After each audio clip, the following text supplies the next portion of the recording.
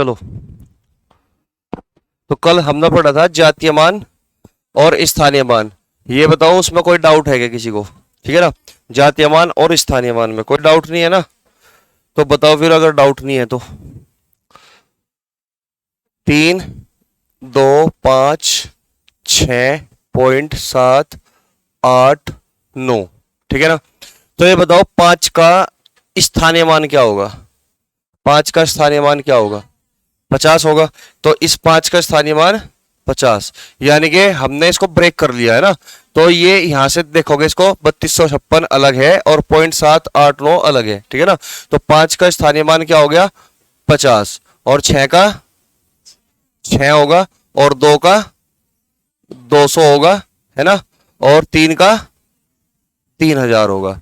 ठीक है, ये बताओ इस में 7 का स्थानीय मान क्या होगा?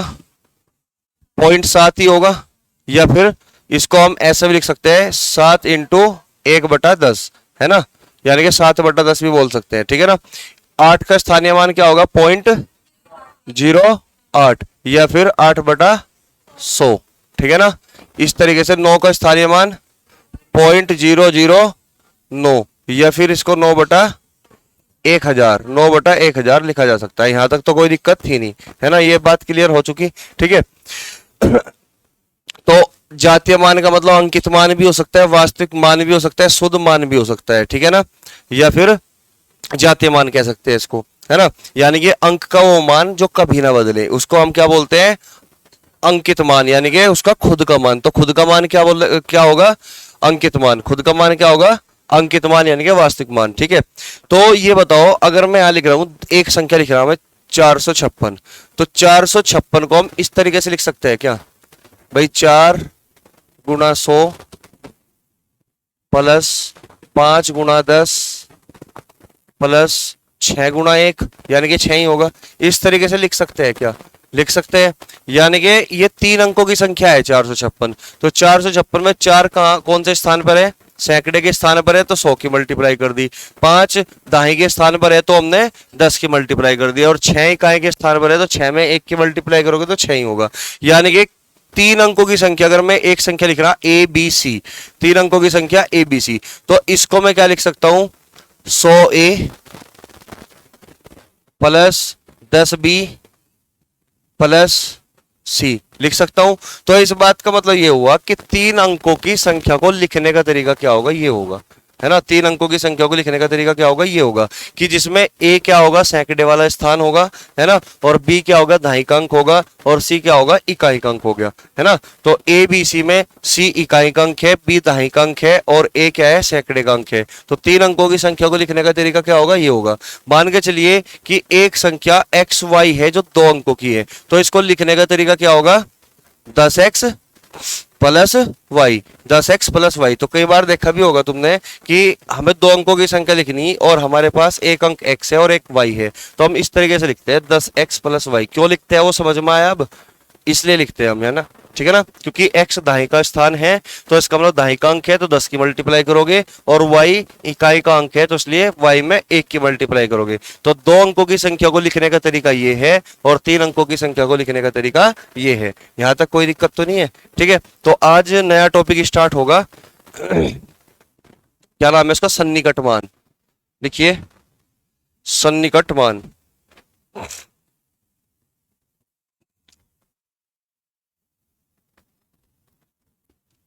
सन्निकट मान,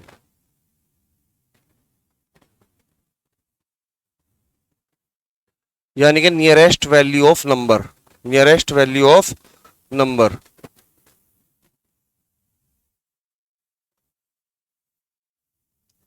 नियरेस्ट वैल्यू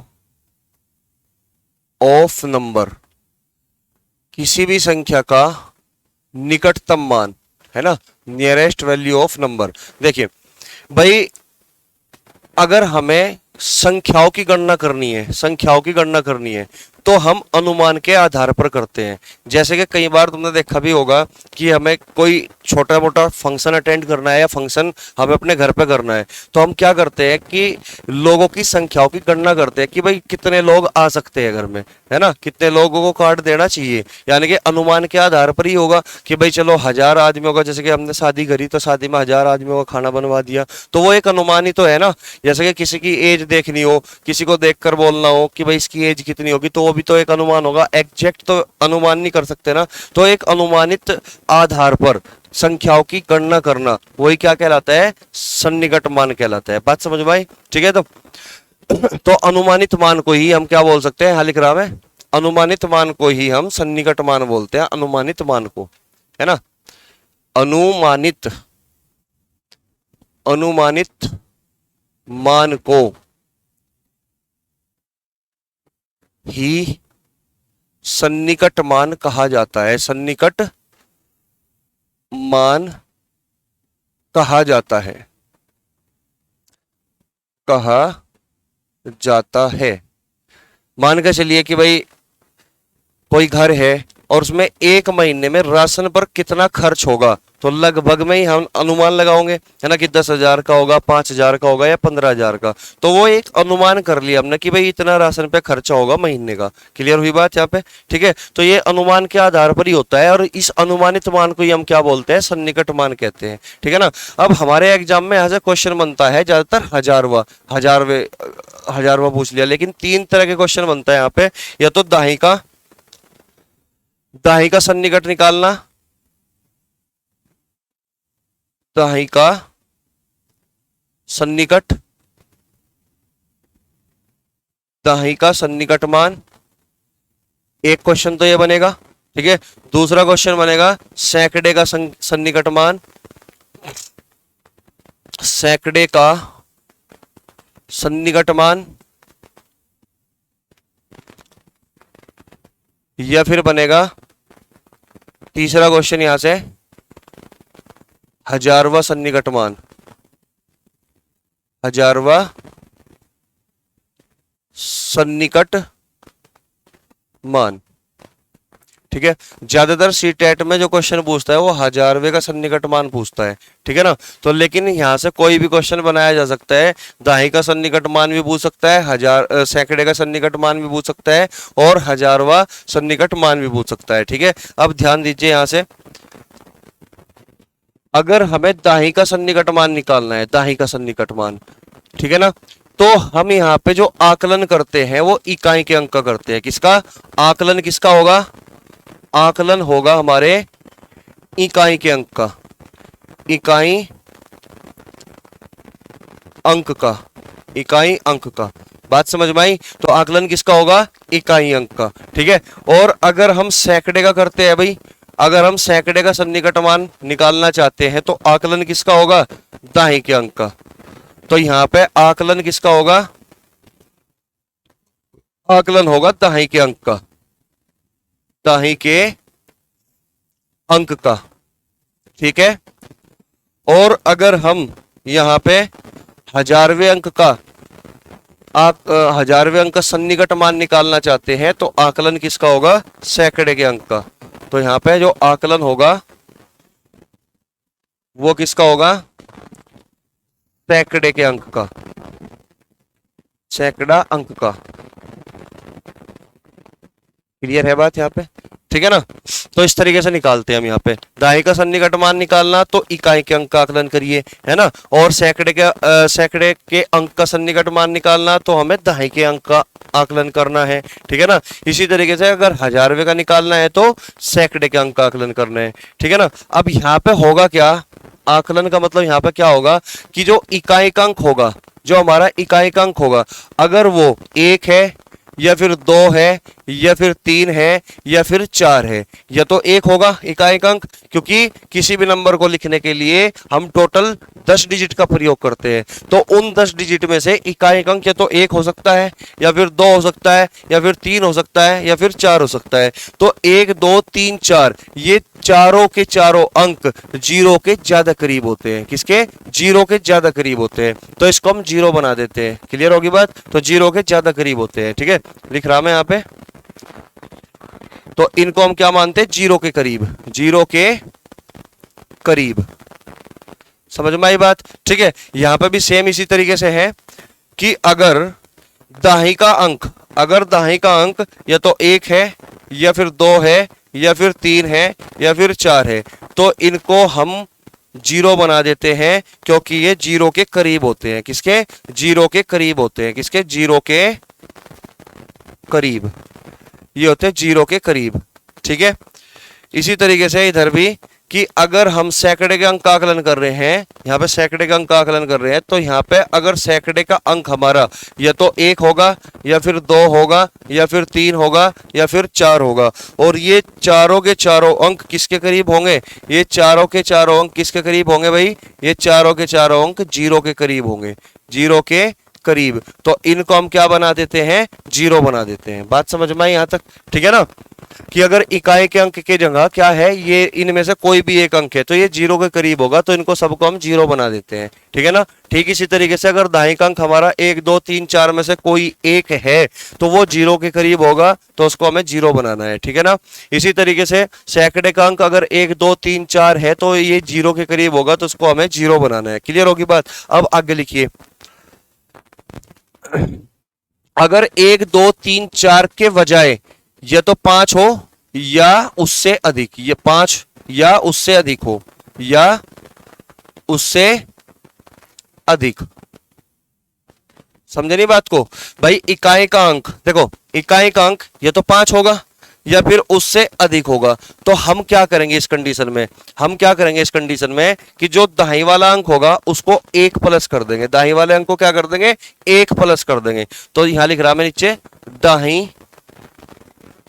में क्या कर दोगे? 1 प्लस कर दोगे और बाकी सब जीरो कर दोगे, है ना। बाकी को क्या कर दोगे?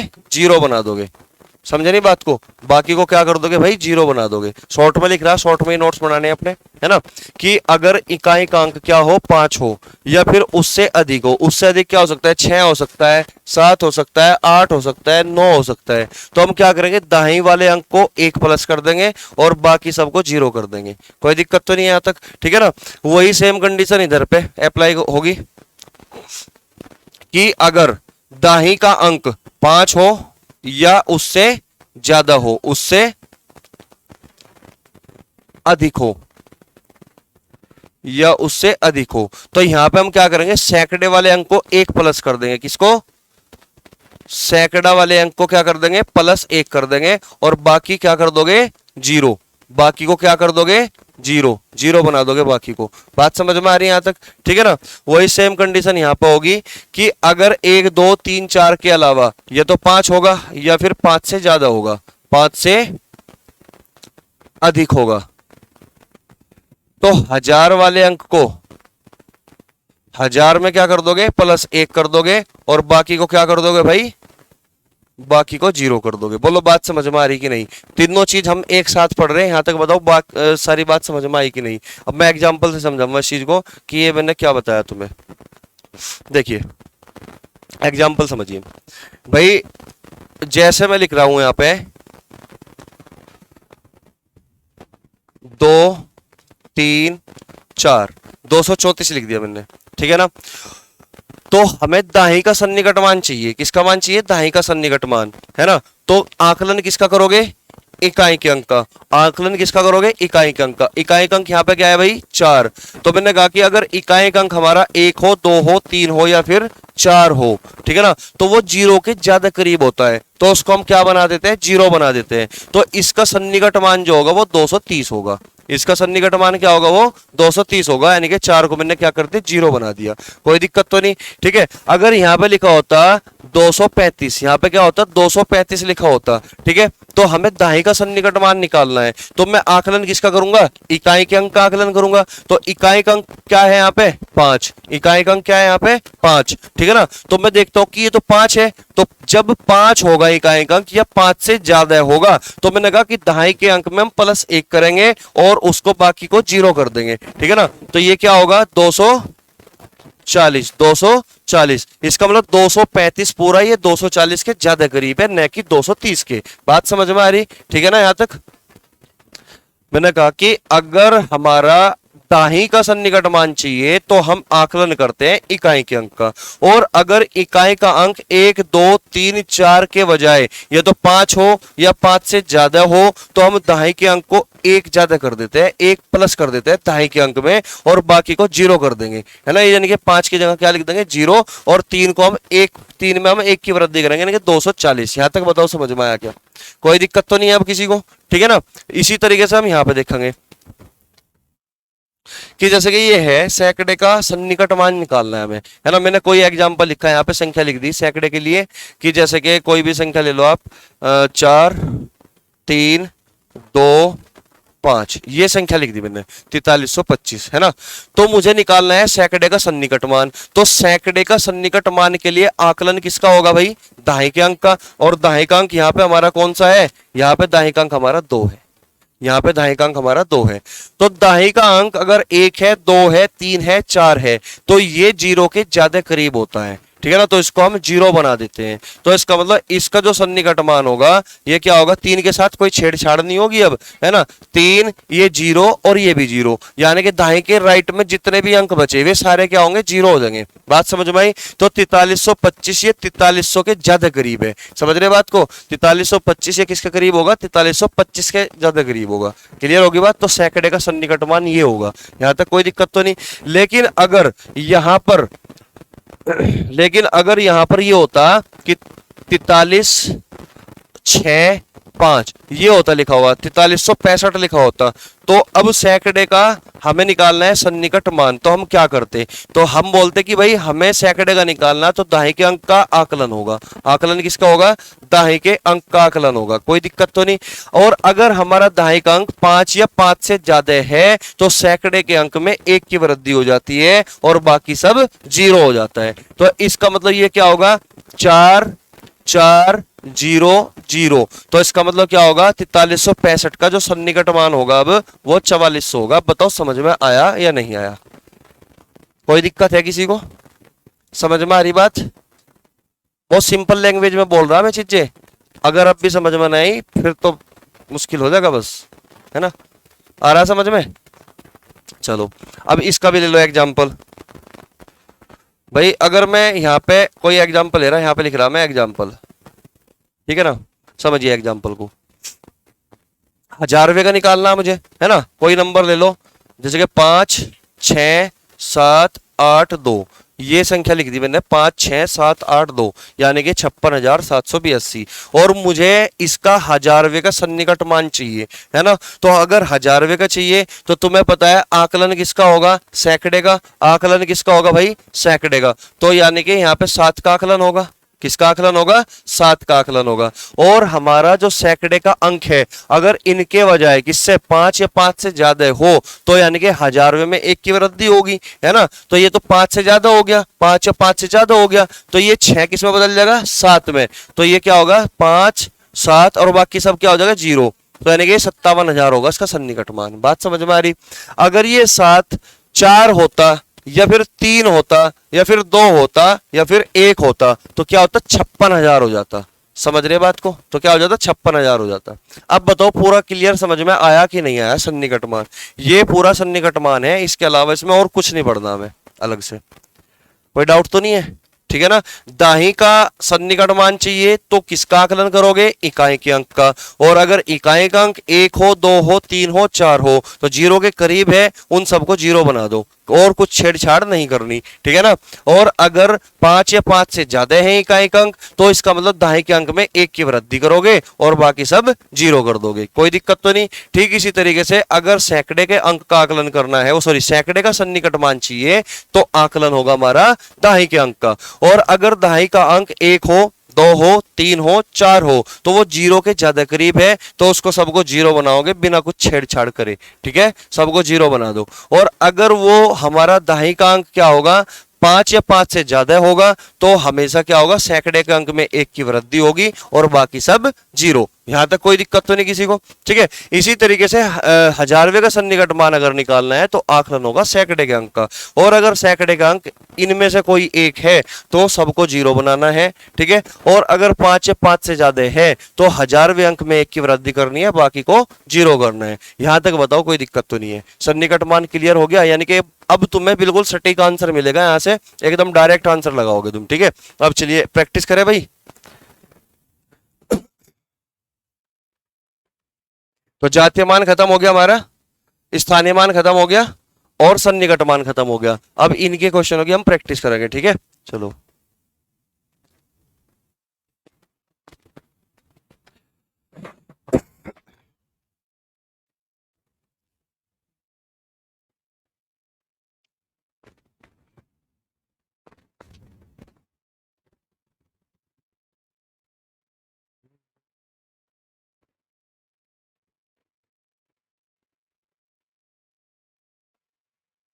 क्या हो गया?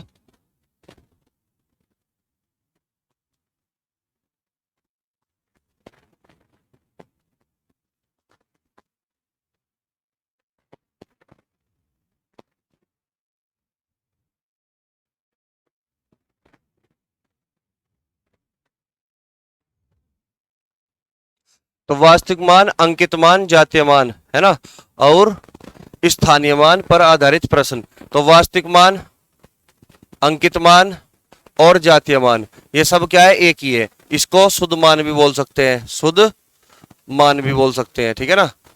शुद्ध मान भी इसी का मान, इसी का वैल्यू वो है, मतलब वास्तविक मान का ही, ठीक है। और क्या है? स्थानीय मान पर आधारित प्रश्न, फेस वैल्यू हो चाहे प्लेस वैल्यू हो, ठीक है।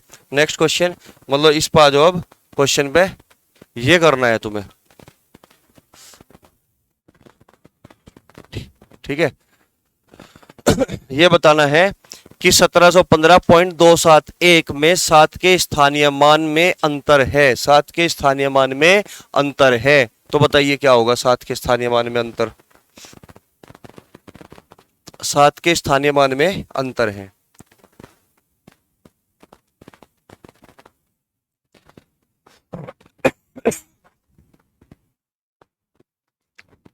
कैसे करोगे?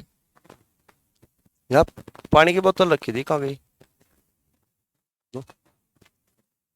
खत्म है? क्या है? डी ऑप्शन कितनों का आ गया? ठीक है।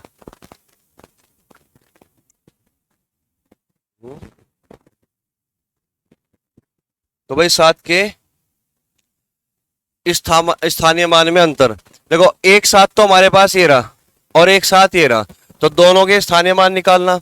तो मैंने कहा ब्रेक कर लो, तो इसका स्थानीय मान क्या होगा? 7 के इधर 2 अंक है तो 2 जीरो, 7 0 0, कोई दिक्कत? पॉइंट लगा लो, 2 जीरो और बढ़ा दो अपनी मर्जी से, कोई दिक्कत नहीं है, कोई दिक्कत तो नहीं यहां तक, ठीक है ना। अब हमें निकालना है किसका? इस वाले 7 का स्थानीय मान। तो क्या होगा? 0.07, तो 0.07, अंतर पूछ रहा तो -1 माइनस कर दो, प्लस पूछता तो जोड़ देते, ठीक है ना। 10 में से 7 गए 3, तो इधर क्या बचा? 9 पॉइंट, यहाँ क्या बचा? 9 9 6, तो 699.93, 699.93, एक ही ऑप्शन है डी ऑप्शन। कोई दिक्कत तो नहीं है? समझ में आ गया तुम्हारे? पीछे कुछ नहीं समझ में आया? क्या हो गया?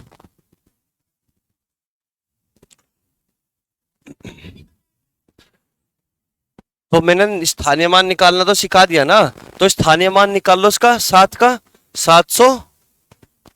इसका स्थानीय मान क्या होगा? 700 होगा कि नहीं होगा? होगा। और इस 7 का स्थानीय मान क्या होगा? 0.07, 0.07 होगा कि नहीं होगा? ठीक है। अंतर पूछ रहा, तो अब इनको माइनस भी तो करोगे, तो माइनस करने के बाद तो 699.93 होगा। बोलो, आगे समझ में? तो प्लस माइनस ये तो तुमने सीख लिया होगा दूसरी तीसरी क्लास में, मुझे ऐसा लग रहा था, है ना। तो इसलिए नहीं बताया था मैंने प्लस माइनस करना, है ना। अब समझ में आ गया? चलो नेक्स्ट क्वेश्चन।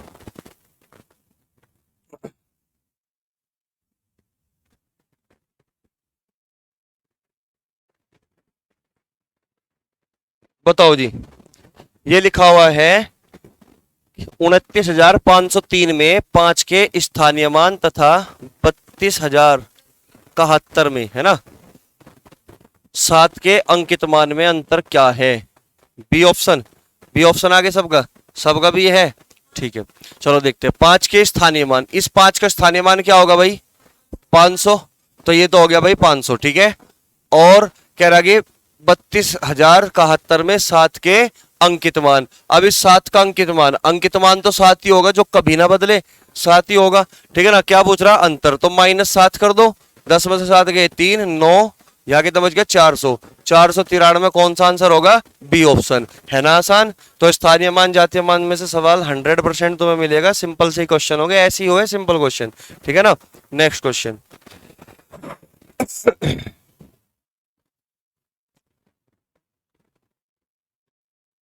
बताओ भाई। 6251, 6521 और 5621 में 5 के स्थानीय मानों का योगफल क्या होगा? 5 के स्थानीय मानों का योगफल क्या होगा? सी। सबका सी है, सबका सी है भाई। चलो ठीक है, बहुत बढ़िया। 5 के स्थानीय मानों का योगफल। तो यहाँ 5 का स्थानीय मान कितना? 50। यहाँ 5 का स्थानीय मान कितना? 500। यहाँ 5 का स्थानीय मान कितना? 5000, है ना। तो योगफल ही तो करना है, योगफल। तो योगफल करने के लिए इनको सबको जोड़ दो, है ना। 5000 में ये जोड़ दोगे 500, 5500, 5550। आंसर कितना आ गया? C option. क्लियर होगी बात यहां तक? कोई दिक्कत तो नहीं है किसी को? Next question.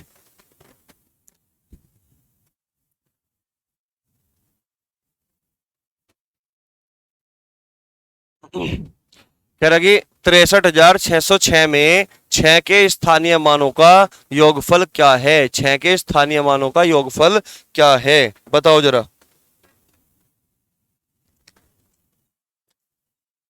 देखते हैं अभी। डी आ गया, सबका डी आ गया, बहुत बढ़िया, ठीक है ना। तो 6 के स्थानीय मानों का योगफल, तो इस 6 का तो 6 ही होगा। इस 6 का क्या होगा? 600। इस 6 का क्या होगा? 60,000। 60,000। और इसने क्या पूछ लिया? योगफल। तो इन सबको जोड़ना है, जोड़ दोगे भाई, जोड़ दोगे तो क्या आ जाएगा? 60,606। 60,606। यहां तक कोई दिक्कत तो नहीं है, ठीक है ना। अगर ऐसा नहीं जोड़ पाए तो एग्जाम में कोई ईगो वीगो बीच में मत लाना, इस तरीके से रख के जोड़ लेना, ठीक है ना। कि नहीं हमें बच्चों की तरह नहीं जोड़ना, तो ऐसे जोड़ लेना, क्योंकि 1 नंबर का सवाल होगा, ठीक है ना। 60,606, ठीक है ना। कोई दिक्कत तो नहीं है। Next question, question number 68।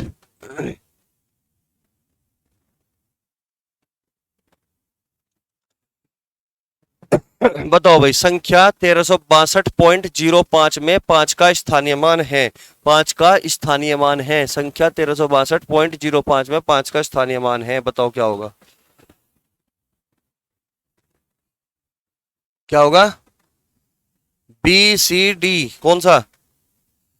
B C 20 है, 20।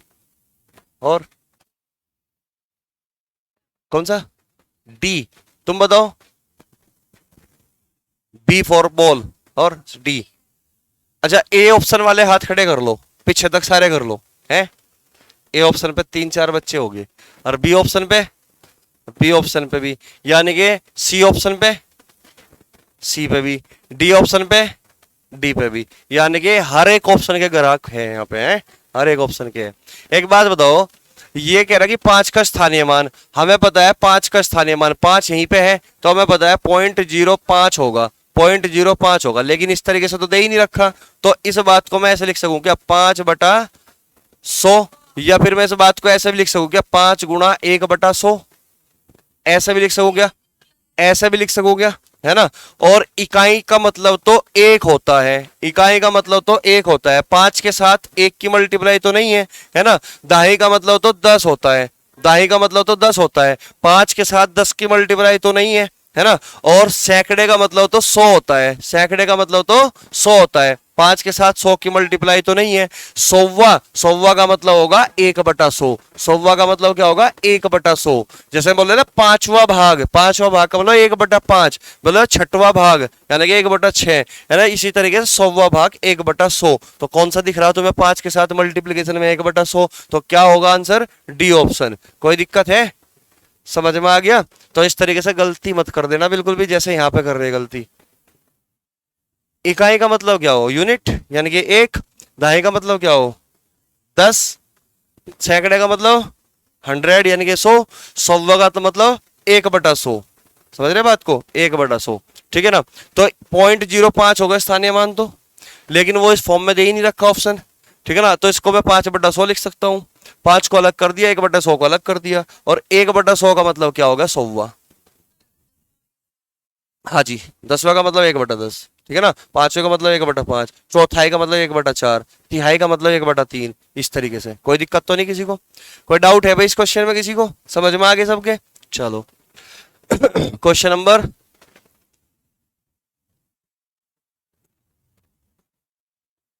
बताओ जी। संख्या 3.4625 में 2 का स्थानीय मान है। 2 का स्थानीय मान है। 2 का स्थानीय मान है।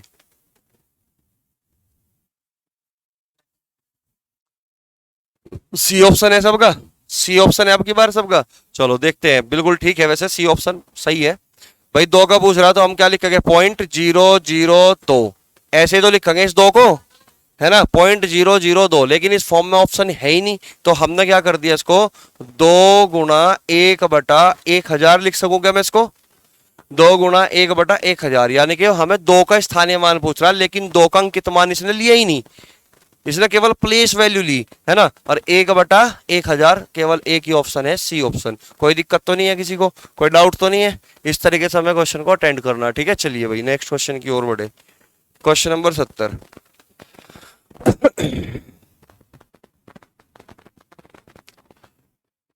बताओ भाई। कह रहा कि 70,560 में 5 और 6 के स्थानीय मानों का गुणनफल कितना होगा, है ना? 5 और 6 के स्थानीय मानों का गुणनफल कितना होगा? बताओ जल्दी से। क्या होगा? C option. 30,000 सबका आ गया, ठीक है भाई। तो 5 और 6 के स्थानीय मान, 5 और 6, 6 का स्थानीय मान कितना? 60। 5 का स्थानीय मान कितना? 500। इन दोनों का गुणनफल कितना? 30,000 आ गया। तो ऑप्शन क्या आ गया? सी। भाई तुम बताओ, पीछे समझ में आ रहा तुम्हारे? कोई दिक्कत तो नहीं किसी को? ठीक है ना? तो आंसर क्या आ गया? 30,000। क्लियर है बात? Next question, question number 71। बताओ भाई। 71, 999 तथा 3000 के बीच 4 अंकों वाली कितनी संख्याएं हैं? 4 अंकों वाली कितनी संख्याएं हैं? बताओ कितनी होगी?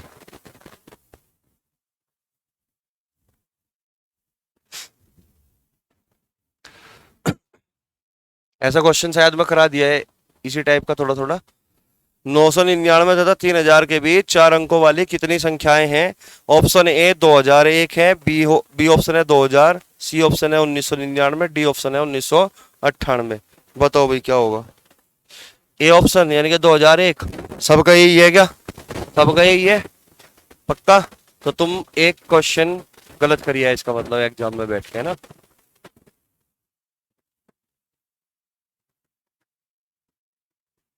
क्या होगा? बी ऑप्शन यानी कि 2000। 2000, चलो ठीक है भाई, 2000 बिल्कुल ठीक है भाई, करेक्ट आंसर है। अब समझिए कैसे, देखो समझो भाई। ये कह रहा है कि 999 तथा 3000 के बीच, यानी कि 999 तथा 3000 के बीच की बात कर रहा। किसकी बात कर रहा? 999 तथा 3000 के बीच की।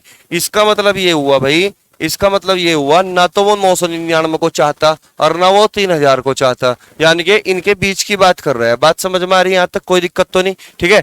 अब मुझे एक बात बताओ, यहां से लेकर 999 से लेकर 3000 तक, 999 से लेकर 3000 तक हमें संख्या निकालनी होगी पहले, है ना? कि 999 से लेकर 3000 तक कुल कितनी संख्या होगी। अगर मैं 3000 में से 999 को माइनस कर दूं, है भाई, अगर मैं 3000 में से किसको माइनस कर दूं? 999 को माइनस कर दूं तो कितना आ गया? 2001। 2001 आ गया कि नहीं? यानी कि मैं कह सकता हूं कि 3000 में से 999 को अगर मैंने माइनस कर दिया तो इसका मतलब 3000 तो शामिल है, लेकिन 999 भी माइनस हो गया, खत्म हो गया, तो ये हटा दिया मैंने, है ना? तो इसका मतलब 2001 आ गया मेरे पास।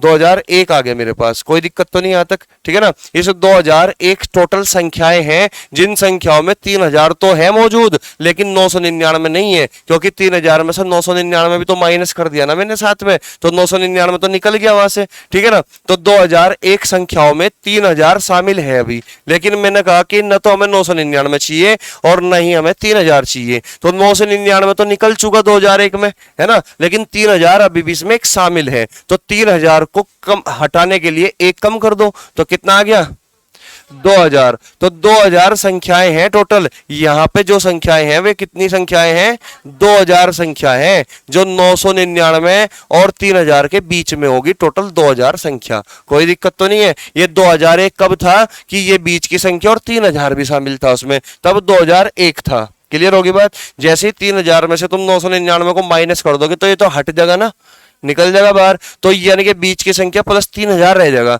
और हमें चाहिए केवल बीच बीच की संख्या, तो एक माइनस कर दो इस 3000 के लिए, तो 2000 संख्या बीच बीच की निकल गई। अब बताओ समझ में आया कि नहीं, कोई दिक्कत तो नहीं है, सबके समझ में आ गया, कोई डाउट है आगे भाई तुम्हारे। चलो तो क्वेश्चन नंबर 71 हो गया, नोट भी कर रहे क्या। चलो क्वेश्चन नंबर 72। अब देखो ये सब क्वेश्चन पेपर के आए हुए हैं सन्निकट मान, अब तुम देखते ही उड़ा दोगे सवाल को अगर तुम्हारे समझ में आया होगा तो। कह रहा कि संख्या 49,532 का सन्निकट हजारवा मान होगा, सन्निकट हजारवा मान होगा, हजारवा मान पूछ रहा सन्निकट, तो किसका आकलन, तो आकलन किसका करोगे, सैकड़े का। आकलन किया तुमने किसका, सैकड़े का अंक का, क्योंकि हजारवे का पूछ रहा, तो आकलन किसका होगा, सैकड़े का। लेकिन मैं जैसे देखता हूं कि यहाँ पे तो भाई 5 है, तो हम इसको 1 बढ़ा देंगे, तो ये किधर हो जाएगा 50, और बाकी सब क्या हो जाएगी 0। तो बताओ कौन सा आंसर होगा, ए ऑप्शन। कोई डाउट तो नहीं किसी को, समझ में आ गया होगा, ठीक है ना। इस तरीके से करना है तुम्हें, कर लोगे। सन्निकट मान का सवाल आने वाला है सीटेट के एग्जाम में। नेक्स्ट क्वेश्चन,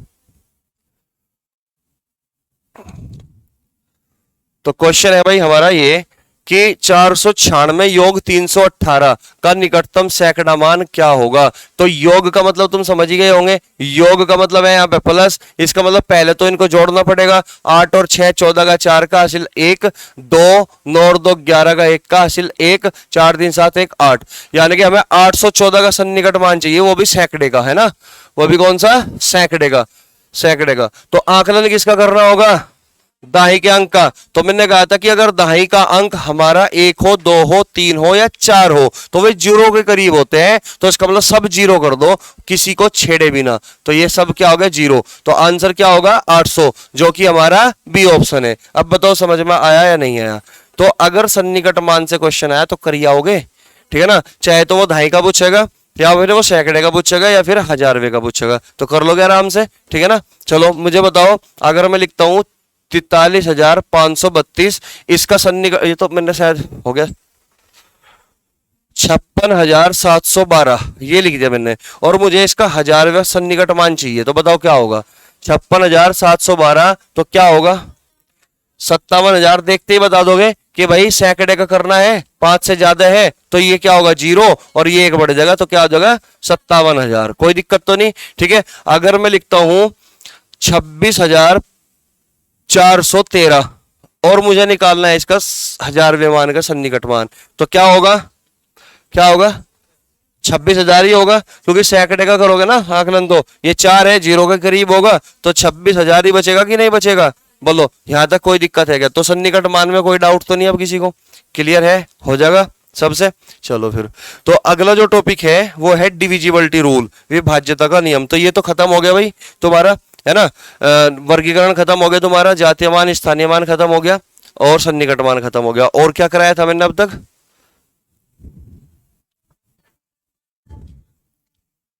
हाँ ये तो खत्म हो गया ना, सन्निकट मान, जातीय मान, स्थानीय मान, वर्गीकरण भी खत्म हो गया तुम्हारा, प्रैक्टिस भी खत्म होगी उसके ऊपर, और तो कुछ नहीं कराया ना। तो अब इसमें डिविजिबिलिटी रूल और कराना है और एक इकाई का अंक और कराना है, ठीक है ना, जो इंपॉर्टेंट है केवल उसी पे काम करेंगे, वरना नंबर सिस्टम तो बहुत बड़ी है अभी और भी है ना, तो जितना इंपॉर्टेंट है इसके सी टेट के लिए वो करना है हमें, ठीक है। तो चलो भाई,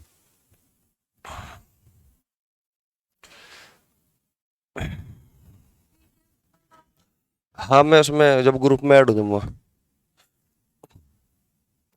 कौन है? देखो लिखो अपनी कॉपी पे, चलो देखते हैं अभी। अब इस पे लिखो अपनी कॉपी पे विभाज्यता का नियम। विभाज्यता का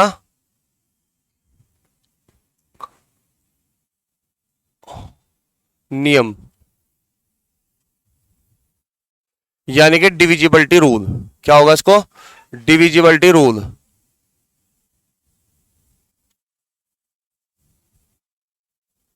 डिविजिबिलिटी रूल।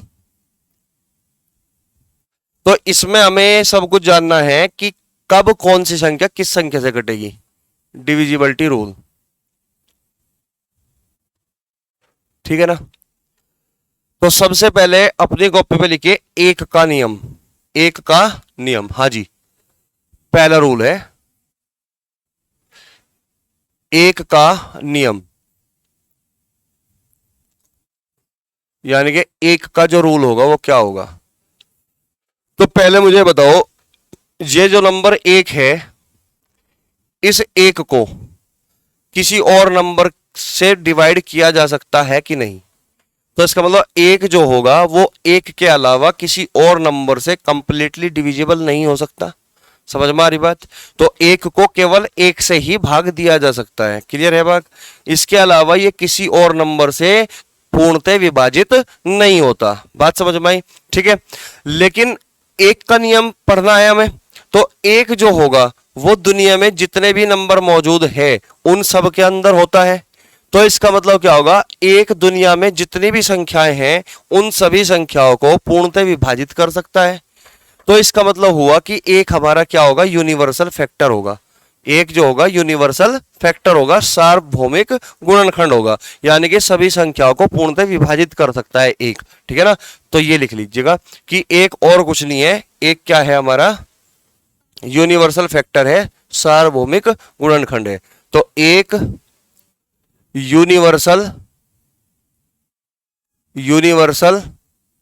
फैक्टर होता है, फैक्टर होता है जो सभी संख्याओं को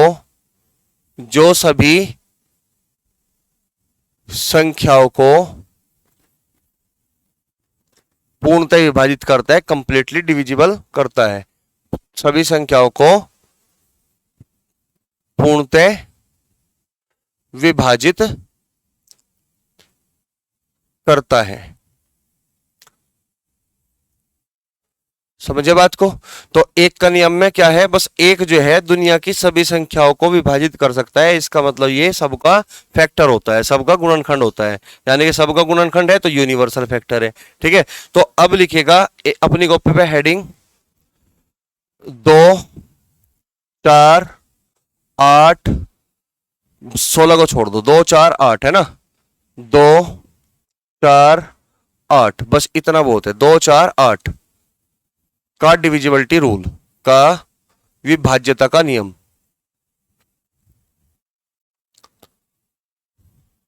का नियम हमें एक साथ पढ़ने हैं सारे। 2, 4, 8 का विभाज्यता का नियम। अब अगर मैं सबसे पहले पढ़ता हूं 2 का नियम, दूसरा है, ठीक है ना? दूसरा 2 का नियम।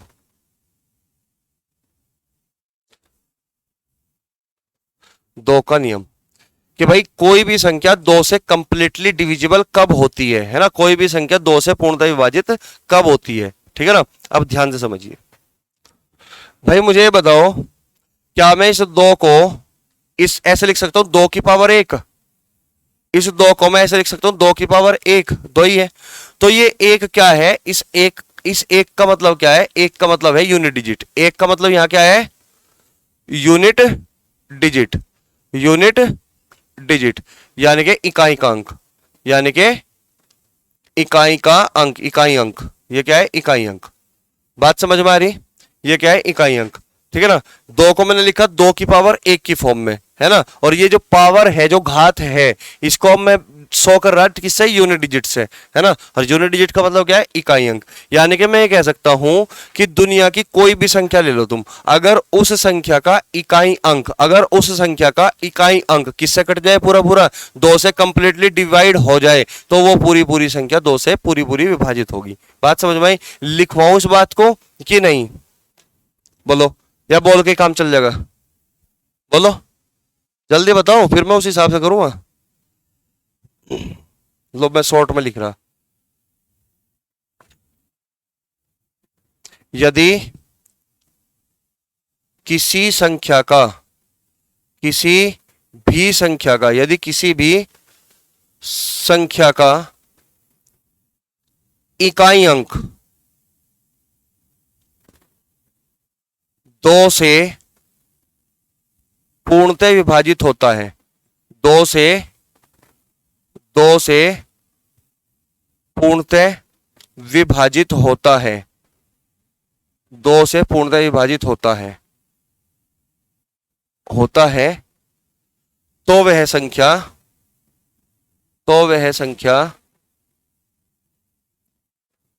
2 से पूरी विभाजित होगी, पूरी यानी कि पूरी पूर्णतः विभाजित होगी, तो वह संख्या 2 से पूरी विभाजित होगी। अब देखो, इकाई अंक क्या हो सकते हैं, यूनिट डिजिट हो क्या सकते हैं, यूनिट डिजिट क्या हो सकते हैं, इकाई अंक क्या क्या हो सकते हैं भाई। इकाई अंक हमारा देखो 0 एक सम संख्या है ना, 0 एक सम संख्या, तो इकाई के अंक पे 0 भी हो सकता है ना, इकाई के अंक पे 2 भी हो सकता है, इकाई के अंक पे 4 भी हो सकता है, इकाई के अंक पे 6 भी हो सकता है, और इकाई के अंक पे 8 भी हो सकता है। इसका मतलब दुनिया की कोई भी संख्या लो, अगर उसका इकाई का अंक 0 हो, 2 हो, 4 हो, 6 हो, 8 हो, तो वो पूरी पूरी संख्या किससे कटेगी, 2 से पूरी पूरी डिवाइड होगी। यहां तक कोई दिक्कत है किसी को? 2 से पूरी पूरी डिवाइड होगी, यहां तक बताओ कोई डाउट है क्या? मैं एग्जाम्पल के तौर पे लिख रहा हूं कि ये बताओ मुझे 2 4 5 6 7 8 1, क्या ये संख्या 2 से कंप्लीटली डिवाइड है? क्या ये संख्या 2 से कंप्लीटली डिवाइड होगी? तुम कहोगे सर मैंने तो केवल यूनिट डिजिट चेक कर लिया कि भाई एक तो कट ही नहीं रहा है ना, एक तो पूरा पूरा डिवाइड होता ही नहीं, ठीक है ना। तो अगर एक पूरा पूरा डिवाइड नहीं होगा तो इसका मतलब पूरी संख्या 2 से कंप्लीटली डिवाइड नहीं होगी। यहां तक बताओ कोई दिक्कत है? और मैंने तुम्हें बताया था सम संख्या और विषम संख्या के बारे में कि सम संख्या वही संख्या कहलाएगी जब शेषफल 0 आएगा, सम संख्या वही संख्या कहलाएगी जब शेषफल 0 आएगा। यानी कि दुनिया की कोई भी संख्या उठा लो, अगर हम उसको 2 से डिवाइड करने की कोशिश करते हैं, या तो शेषफल हमेशा 0 मिलेगा या शेषफल हमें 1 मिलेगा। या तो शेषफल 0 मिलेगा या शेषफल क्या मिलेगा भाई, 1 मिलेगा। बोलो यहां तक कोई दिक्कत तो नहीं है? समझ रहे बात को? अब ये बताओ, अगर मैं इस संख्या को डिवाइड करता हूं, अगर मैं इस संख्या को डिवाइड करता हूं 2 से, तो शेषफल क्या मिलेगा, 1 मिलेगा ना। तो रिमाइंडर हमें क्या मिलेगा, 1 मिलेगा। तो हमें कुछ नहीं करना, हमें लास्ट वाली संख्या को ही भाग कर दो, यानी कि इस 1 को ही भाग कर दो 2 से। तो जब 1 को 2 से भाग करोगे तो हमारा ये इस रूप में लिखा जाएगा ना, 1/2, 1/2 के रूप में लिखा जाएगा। यानी कि अगर अंश हर से छोटा है तो शेषफल छोटे वाले ही बनेगा, यानी कि अंश 1 है, 2 से छोटा है, तो शेषफल भी 1 ही होगा। बात समझ में आई? तो यानी कि ऊपर जो छोटी वैल्यू होगी वही शेषफल होगा। तो रिमाइंडर क्या होगा हमारा यहाँ पे, रिमाइंडर क्या होगा यहाँ पे हमारा 1। क्यों? क्योंकि 1 को हमने 2 से भाग किया ना, तो 1 को हम 2 से भाग कर रहे हैं इस तरीके से, है ना। 1 को हम इस तरीके से भाग करेंगे, 2 एकम 2, ज्यादा चलेगी मारनी, तो मैं 2 की मारनी 0 बार तो चला सकूं ना, 2 0 0, तो शेषफल कितना आया, 1। बात समझ में आई? यानी कि जब छोटी संख्या को बड़ी संख्या से भाग देते हैं तो हमेशा शेषफल छोटी संख्या होती है। क्लियर है बात यहाँ पे? जब छोटी संख्या को बड़ी संख्या से भाग देंगे तो शेषफल हमेशा क्या बनेगा, छोटी संख्या बनेगी। तो 1 को अगर तुम 2 से भाग करोगे तो शेषफल हमेशा क्या बनेगा, 1 बनेगा। कोई दिक्कत तो नहीं। तो पूरी संख्या को भाग देने की जरूरत नहीं शेषफल निकालने के लिए कि पूरी संख्या को भाग दोगे 2 से तो शेषफल। और वैसे भी तुम्हें पता है कि जब 2 से डिवाइड करोगे तो 0 होना चाहिए शेषफल, तो पूरा पूरा डिवाइड होगा या फिर 1 बचेगा, शेषफल हमेशा 1 बचेगा। ठीक है ना। अब ये बताओ, ये संख्या लिख रहा मैं 4 3 2 5 6, क्या ये संख्या 2 से पूरे पूरे डिवाइड होगा? कंप्लीटली डिवाइड होगी, क्योंकि 6 क्या होगा यहाँ पे, 6 2 से पूरी पूरी डिवाइड हो चुकी, तो इसका मतलब क्या होगा, रिमाइंडर क्या बचेगा, 0 बचेगा। रिमाइंडर क्या बचेगा, 0 बचेगा, शून्य बचेगा। कोई दिक्कत तो नहीं। तो 2 के नियम में बताओ कोई डाउट है या नहीं, ठीक है ना। तो हमें केवल यही से 6 को ही भाग देकर देखना, शेषफल निकालना, तो 6 को ही भाग दे, 2 3 6 शेषफल 0, ठीक है ना। अगर यहाँ पे मान के चलो यहाँ पे ये होता 4 3 5 8 9, ये होता, मुझे शेषफल चाहिए तो मैं 9 को ही भाग कर दूंगा, 9 चौक वो 9 2 दूनी 4, 2 3 6, 2 चौक 8, 2 चौक 8, तो 8 पर कटेगा, है ना। शेषफल कितना बचेगा, रिमाइंडर कितना बचेगा, 1। तो यानी कि 2 से पूरी पूरी डिवाइड नहीं होगी। क्लियर है बात यहाँ तक, ठीक है। यहाँ तक चीजें क्लियर होगी। चलो भाई आगे, उतार लिया तुमने, नोट कर लिया, चलो फिर आगे बढ़ रहा मैं। देखो अगला है 4 का नियम। अगला है भाई तीसरा जो नियम है हमारा, वो क्या है, 4 का नियम। 4 का नियम। अब ये बताओ मुझे भाई, मैं 4 को, इस 4 को मैं ऐसे लिख सकूं क्या, 2 की पावर 2, 2 की पावर 2, 4 को मैं इस तरीके से लिख सकता हूं, 2 की पावर 2, है ना। तो मुझे ये बताओ, ये जो 2 की पावर 2 है, जो पावर शो करेगी, ये क्या शो करेगी, लास्ट 2 डिजिट। क्या करेगी, लास्ट 2 डिजिट, लास्ट 2 डिजिट, ये शो करेगी लास्ट 2 डिजिट। तो यहां से नियम निकल गया कि कोई भी संख्या 4 से केवल तभी डिवाइड होगी अगर उस संख्या की लास्ट 2 डिजिट, यानी कि बाद के 2 अंकों से बनने वाली संख्या अगर 4 से कंप्लीटली डिवाइड है तो वो पूरी संख्या 4 से डिवाइड होगी, अन्यथा वो संख्या 4 से डिवाइड नहीं होगी, ठीक है ना। तो मैं लिख रहा हूं यहां पे शॉर्ट में, बाद के 2 अंकों, बाद के 2 अंकों से बनने वाली संख्या, बाद के 2 अंकों से बनने वाली संख्या अगर 4 से पूर्णतः विभाजित होती है, पूर्णतः विभाजित होती है, तो संख्या भी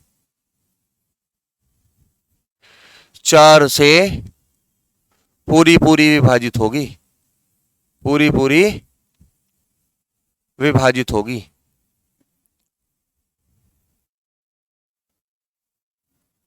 बात समझ में आई मेरी, है ना। कि कोई भी संख्या हो, अगर उस संख्या की लास्ट 2 डिजिट यानी कि इकाई और दहाई के अंकों को मिलाकर बनने वाली जो संख्या होगी, अगर वो 4 से कंप्लीटली डिविजिबल है, अगर वो 4 से कंप्लीटली डिवाइड है, पूर्णतः विभाजित होती है, तो पूरी संख्या कंप्लीट जो भी पूरी संख्या लिखी होगी वो भी 4 से क्या होगी, पूर्णतः डिवाइड होगी, यानी कि पूर्णतः विभाजित होगी। जैसे एग्जाम्पल समझिए, ठीक है ना भाई। मैं लिख रहा हूं यहां पे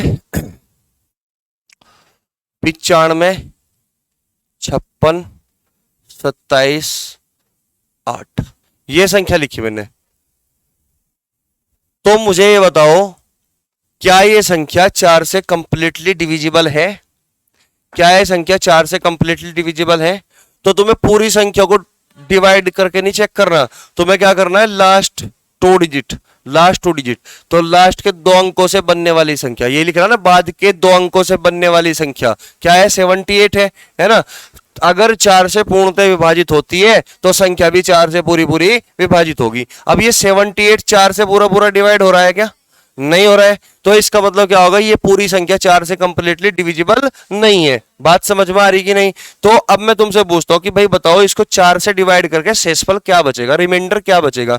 तो तुम्हें पूरी संख्या को 4 से डिवाइड करके शेषफल नहीं बचाना, लास्ट के 2 डिजिट को ही भाग कर लो, है ना। तो 4 एकम 4, तो कितना बचा भाई, 3 38 4 9 36, शेषफल क्या बचेगा, 2। तो यहां पर रिमाइंडर क्या बचेगा हमारा, 2 बचेगा। अगर मैं पूरी संख्या को भी भाग करके देखता हूं तो भी शेषफल 2 ही बचेगा।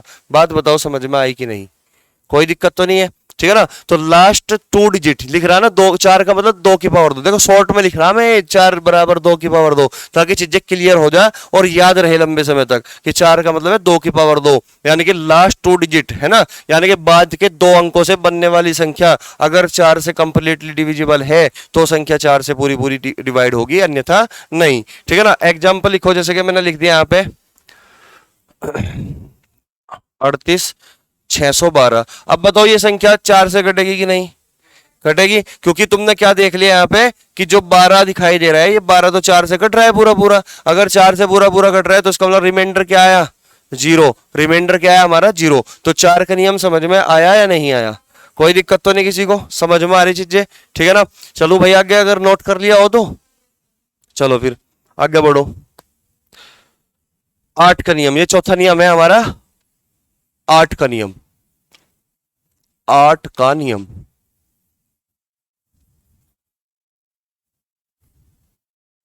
तो भाई मुझे ये बताओ, 8 को मैं 8 को इस तरीके से लिख सकता हूँ, 8 बराबर 2 की पावर 3 लिख सकता हूं। और जो पावर रिप्रेजेंट करेगी वो करेगी किसको, लास्ट 3 डिजिट को, लास्ट 3 डिजिट, 3 डिजिट, यानी कि किसी भी संख्या की बाद के 3 अंक, किसी भी संख्या के बाद के 3 अंक अगर 8 से कंप्लीटली डिविजिबल है तो वो संख्या 8 से पूरी पूरी डिवाइड होगी। यानी कि किसी भी संख्या के बाद के 3 अंकों से बनने वाली संख्या अगर 8 से पूरी पूरी डिवाइड है, कंप्लीटली डिविजिबल है, तो पूरी संख्या हमारी 8 से कटेगी। ठीक है ना। तो लिख लो इस बात को, यदि संख्या के लास्ट 3 डिजिट, यदि संख्या के बाद के 3 अंकों से, यदि संख्या के बाद के 3 अंकों से, 3 अंकों से बनने वाली संख्या, बनने वाली संख्या 8 से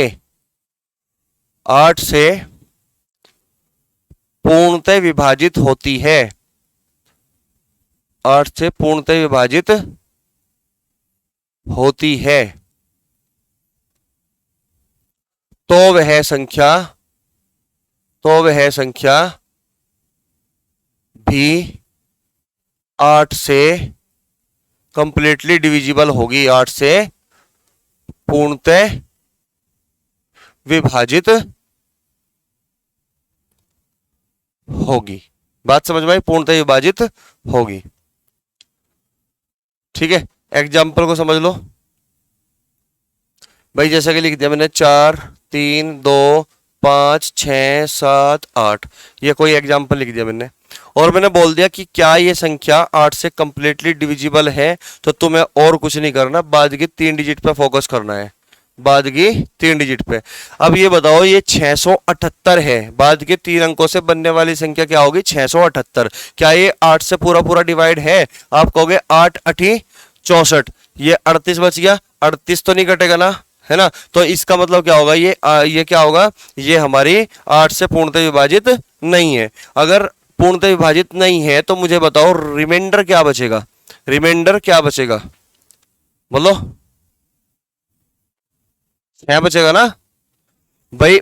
8 से डिवाइड करोगे, 8 8 64, कितना बचा, 3 और 38, 8 चौक 32, 38 में से 32 घटाओगे 6 बचेगा ना। तो रिमाइंडर 0 तो नहीं आया ना, अगर रिमाइंडर 0 होगा तो ये पूर्णतः विभाजित होगी, तो इसका मतलब रिमाइंडर कुछ ना कुछ आया हुआ है, तो इसका मतलब क्या होगा कि ये पूर्णतः विभाजित नहीं है। अगर मान के चलो मैंने लिख दिया यहाँ पे कोई दूसरा एग्जाम्पल कि 56 3 2 0 64, ये लिख दिया मैंने, तो ये बताओ ये संख्या 8 से पूर्णतः विभाजित होगी या नहीं होगी क्या। तो हमें क्या करना है, बाद के 3 अंकों वाली देखनी है, बाद के 3 अंकों पे फोकस करना है। 0 6 4, ये पूरा 8 से पूरा पूरा डिवाइड है, तो रिमाइंडर यहाँ पे हमें 0 मिला, तो इसका मतलब क्या होगा, ये संख्या 8 से पूरी पूरी डिवाइड होगी। यहाँ तक कोई दिक्कत तो नहीं है, क्लियर होगी बात। तो हमने पढ़ा डिविजिबिलिटी रूल में एक का नियम, तो एक का नियम क्या होगा कि एक तो यूनिवर्सल फैक्टर है, दुनिया की तमाम संख्याओं को पूरा पूरा डिवाइड कर सकता है, ठीक है ना। फिर हमने पढ़ा 2 का, 4 का और 8 का। तो 2 का मतलब 2 की पावर 1, यानी कि लास्ट डिजिट 2 से पूरा पूरा डिवाइड हो, और लास्ट डिजिट क्या हो सकती है, 0 हो सकती है, 2 हो सकती है, 4 हो सकती है, 6 हो सकती है, 8 हो सकती है ना। और 4 में क्या पड़ा, 2 की पावर 2, यानी कि लास्ट 2 डिजिट, यानी कि बाद की 2 अंकों से बनने वाली संख्या 4 से पूरा पूरा डिवाइड होती हो। क्लियर है बात।